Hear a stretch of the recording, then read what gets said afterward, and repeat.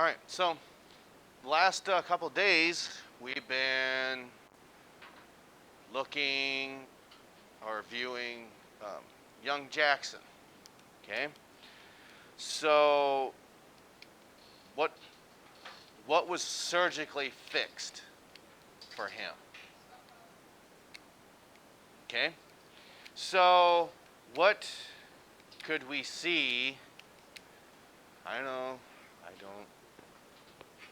Gotta do it. It's part of the job. Okay, so before the surgery, what could you see, the nasal side or the oral side when you looked at the roof of his mouth? Answer is kind of really both. But could you see the nasal side? Yes, you could. Should you be able to see the nasal side? No, you should not. So one of the aspects the surgeon had said, this will correct the idea of him being hypernasal. So that term hypernasal would mean what? As that air is coming up through the larynx and then into his mouth, how should that sound resonate out of his mouth? It should not go up into the nasal cavity. Okay? And again, that's just very similar to something you've always have done. You would be talking and then you plug your nose and it changes the pitch of your voice. So that's what was happening for young Jackson. So now, after the surgery, the only thing that you could see was just the oral side. The nasal side was covered up. Okay? So now, it's unfortunate, but what would the surgery was a success, but what are the chances of that being the last surgery for him? Maybe pretty close to zero. So what might need to be possibly fixed? Well, it could be his lip. He may have to have some more work done on the roof of his mouth, because if there was no bone tissue in there, there has to be something to make up for that hard palate. And the surgeon said, it wasn't a whole big issue with this or whole big line that he made reference to this. I think he'd take a bone chip from his hip and then place that in the roof of his mouth and tie that shut. Okay, so that does it for that of the mouth. So where in the mouth and oral cavity has perhaps the most ending?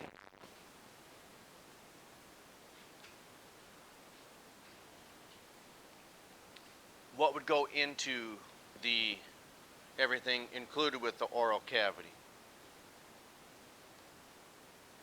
Uvula, pharynx, teeth, tongue, lips. Do you suppose your lips have a lot of nerve endings?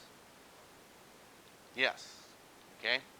And the reason for that is it gives you a sense of whether something is hot or cold, and not only just lots of nerve endings, but lots of blood vessels there as well. Okay. So, as we continue to move forward, we start talking about salivary glands or saliva glands. And can you feel any of those in your mouth, do you think? Not really, but if some people cannot roll their tongue, okay? In other words, your tongue is flat, they can't roll it like this.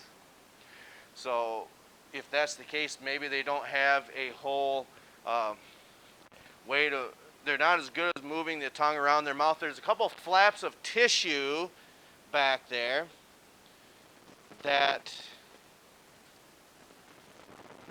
actually is a type of duct work that goes back into one of your salivary glands.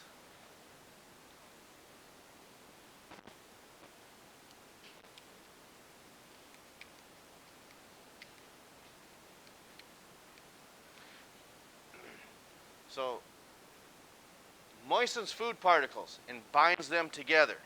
Is it all food particles? Not necessarily. But your flavor twists, honey barbecue. Did I get that right? Obviously, was it just lack of choices, or you bought them because you do like them? Okay, because sometimes I think you would agree you might be at a convenience store or something to that effect, and you have to buy something from lack of choices. That's why we ask it that way. So your honey twist, honey barbecue.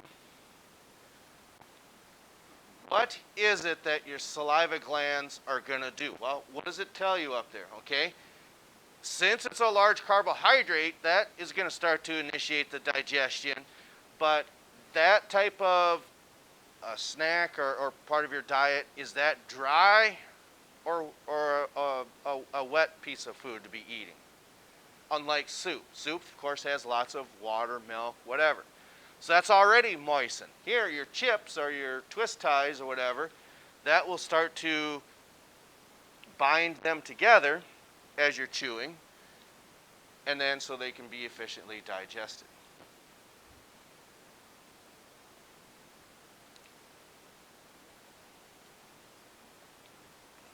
So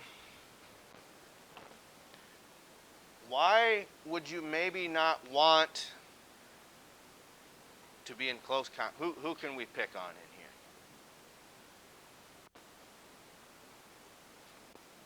Come on, we like to pick on some people. So everyone's everyone else's friend. So since that's the case, who can we pick on? Okay? Well, you don't know what we're going to ask yet. Are you concerned? Oh, I think you probably do. Okay? So, this is just a hypothetical situation. Okay? It's date night for Braden. So, okay, so like I said, I don't know. It's a hypothetical situation. So, you're sitting across the table. Would that be tough to sit next to someone, or even wherever, if they've got bad breath? It would be.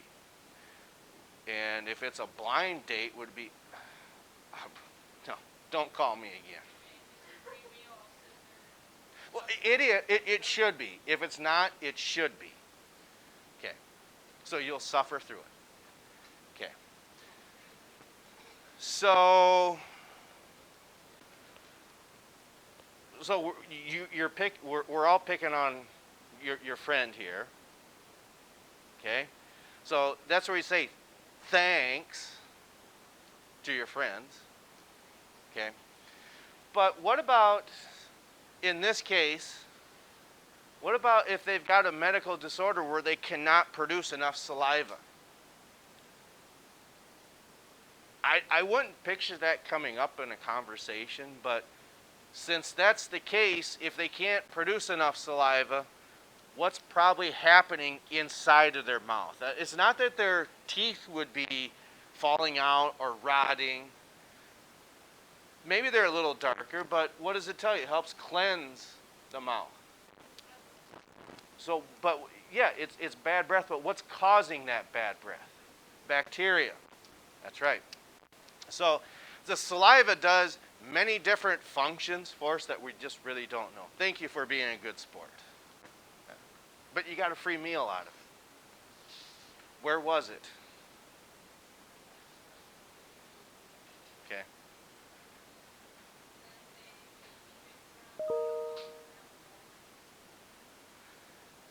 Well, I guess we're doing some dishes then to work it off. I don't know. See, okay. Do you like the rolls there? Is it cinnamon butter or something like that? I don't know how they churn that, but don't you think, give me that recipe, so take that home.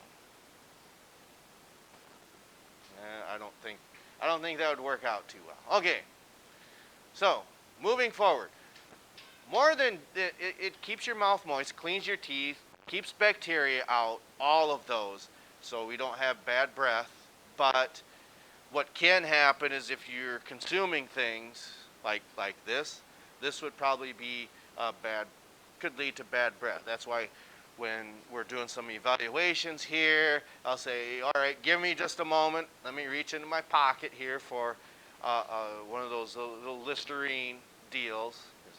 You know, we don't want anyone to pass out from bad breath because it does exist, and we just don't want that to happen. Okay.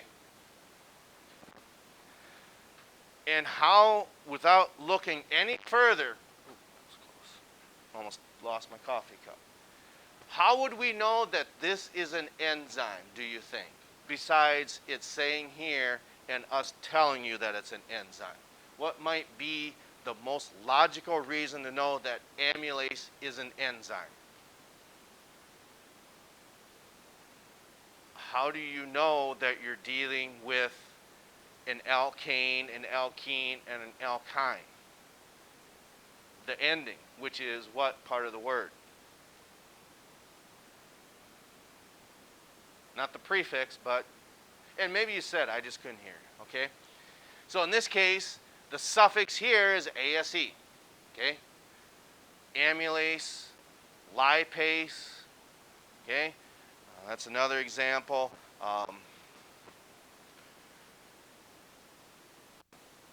Trying to think of some other enzymes that would possibly end, and nothing's coming to mind right now.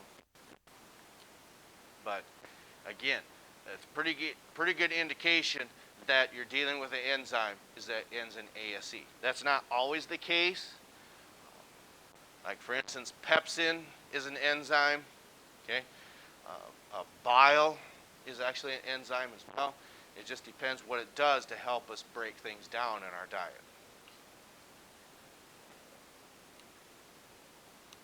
So what does this term remind you of? It's spelled just a little differently though.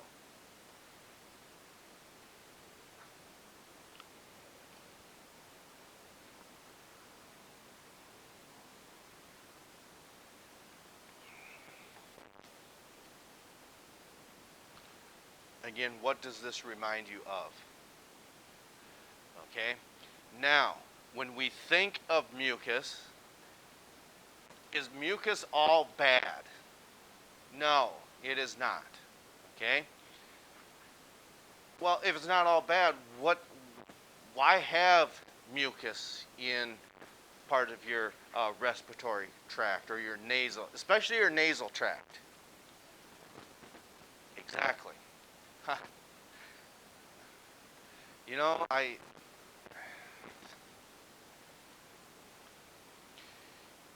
if you're at our cross-country meet or we're at the Looney Days race, if you see other women running along and they use the old farmer's handkerchief, does everyone know what that means? It's kind of a slang term because you don't have one. So if you see someone doing that, they're running along, they plug one nostril, and is that disgusting? Or sometimes I think you just accept they're hot, okay? They're sweating. They've got some of this materials up in not this here, a clear type of mucus in their nose, and it's just kind of a hindrance. It's just annoying. But do you find that disgusting or not? You got it. I agree. I would agree with that. Okay. But in this case, mucobus, not mucus, okay? Thick liquid that lubricates this so it's easier going down. And I can't remember, I think we talked about hiccups last week. Sometimes it could be from your water, your Powerade, or whatever that is. You may inadvertently take a bigger sip or swallow than what you were thinking. That hurts.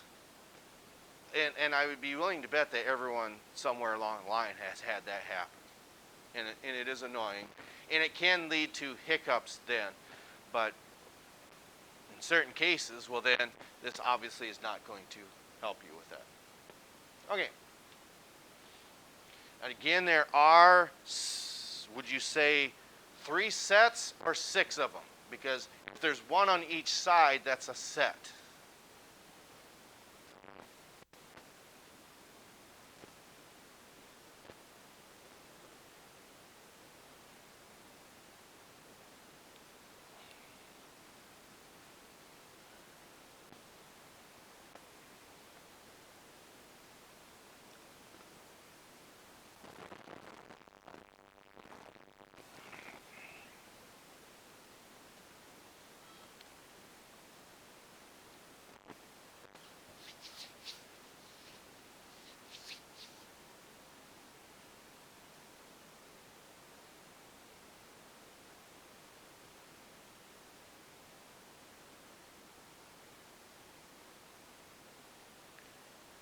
So, in the summertime, if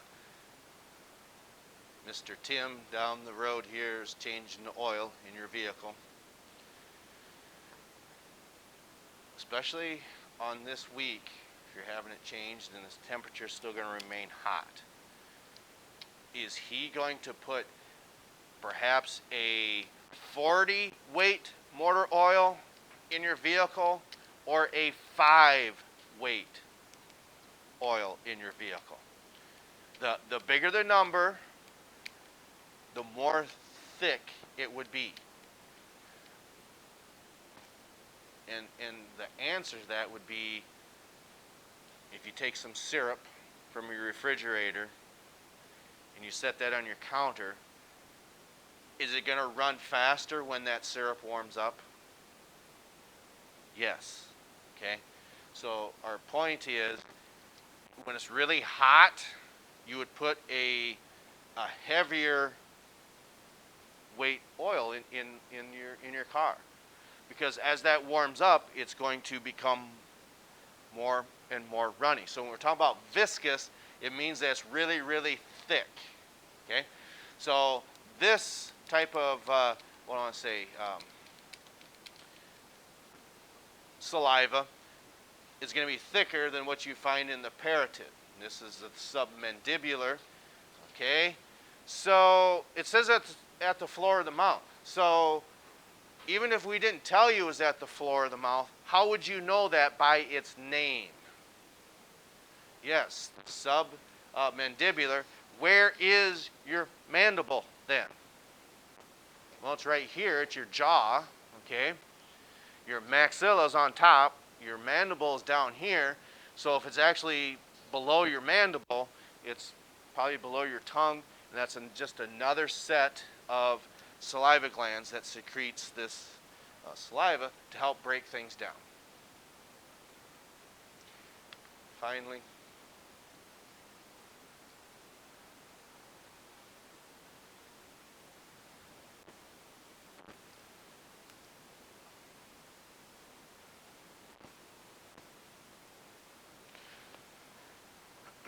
so there's that term again, mucois. It just helps dry materials make its way down the esophagus. But keep in mind, it's not just going to be dry food that we're taking in that these are going to be initiated. It's going to be, for part of your Crispitos today, for instance, your spaghetti, there's lots of tomato sauce in that, so you really wouldn't need as much of that saliva secreted. But with the noodles part and the hamburger part, all that's going to do is just help it go down your esophagus much, much easier. Okay. So does that do it for the saliva glands? Yes, it does. I just want to do a little bit about the stomach, because one of the things that's going to happen next week is we're going to get into more of the physiological aspects of this. Okay? So what this means, okay, this is the anatomy of the stomach. Okay? It has this type of a shape. Okay? If this is the shape, that's the anatomy. the secreting of the acid. That's the physiological function of this stomach.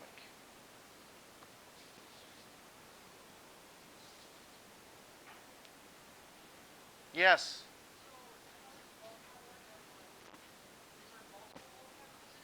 Yes.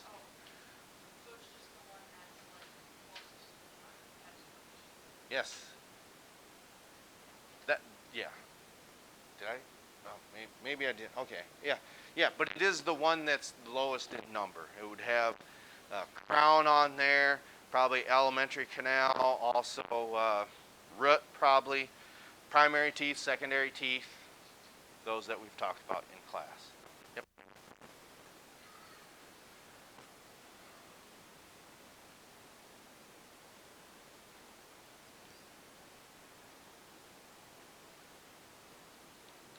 Now, when you read that second point, you might be thinking to yourself, wait a minute, I thought that the digestion was initiated in the mouth.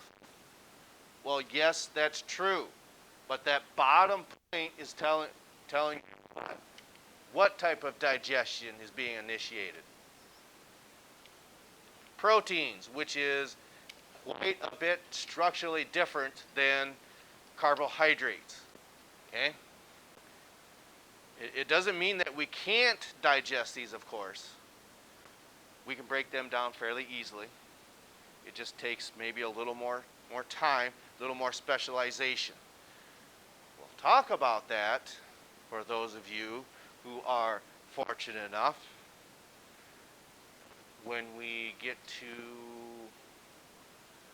late February, maybe parts of March, probably more so March. Start talking about the biochemistry aspect, and we start talking about carbohydrates and sugars. Very easy to break those materials down. Proteins are a little harder, but it gets a little help from what accessory organs would you think? There are 3 of them. One sits right below your stomach.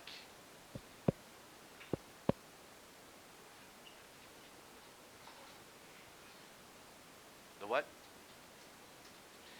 There are 3 accessory organs that we would use to help break down some of these proteins. And I didn't say fats, I meant to say that too. One starts with a P, the other one starts with a G, the other one starts with an L. The pancreas, the gallbladder, and the liver. Yes, that is correct. Okay. Where does that leave us?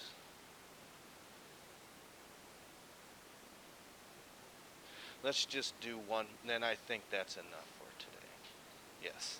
Let's just do this one because this is part of the anatomy of it as well. Okay.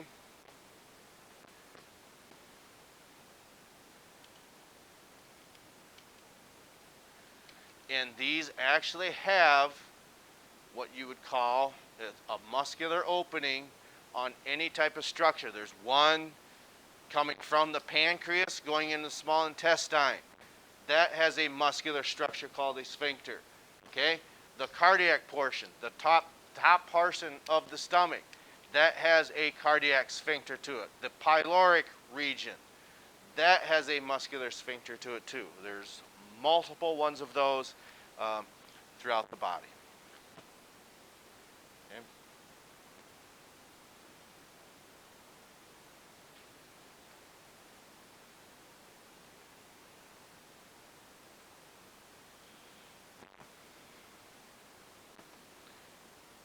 Now, maybe for multiple reasons, this possibly leads to what can be a painful disorder and can be quite serious for some people, just because looking at the name right here and just knowing what that cardiac portion is. Because if it's the top part of the stomach, that portion of the stomach is connecting to what part of the alimentary canal?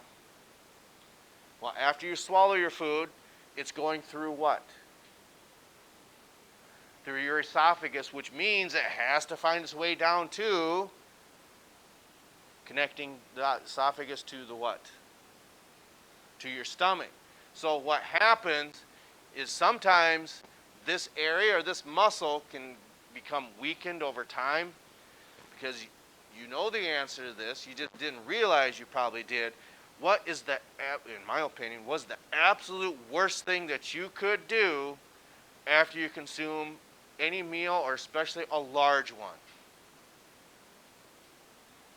What's the worst thing that you could do?